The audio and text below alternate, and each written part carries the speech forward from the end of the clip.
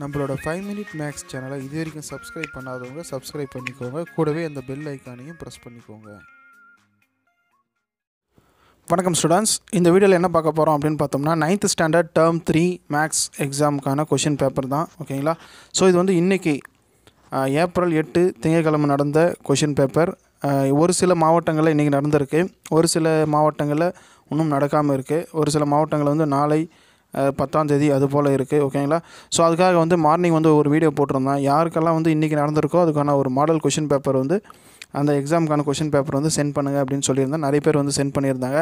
ஆனால் ஃபோட்டோ வந்து கொஞ்சம் கிளாரிட்டியாக இல்லை. கொஞ்சம் நீங்கள் வீடியோ வந்து ஸ்லோவாக பாஸ் பண்ணி நீங்கள் வீடியோ நிறுத்தி நீங்கள் நோட் பண்ணி வச்சுக்கோங்க.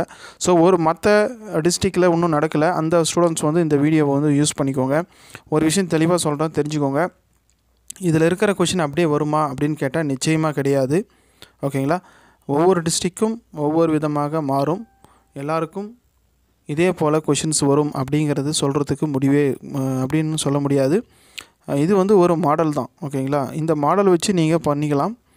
இதே கொஷின் வரும் அப்படின்னு மட்டும் நினச்சிட்டு போகாதீங்க. தயவுசெய்து நான் திரும்ப சொல்கிறேன், இதே கொஷின் வரும் அப்படின்னு போனீங்கன்னா கண்டிப்பாக வராது. இது வந்து ஒரு மாடல் மட்டும்தான். சரிங்களா?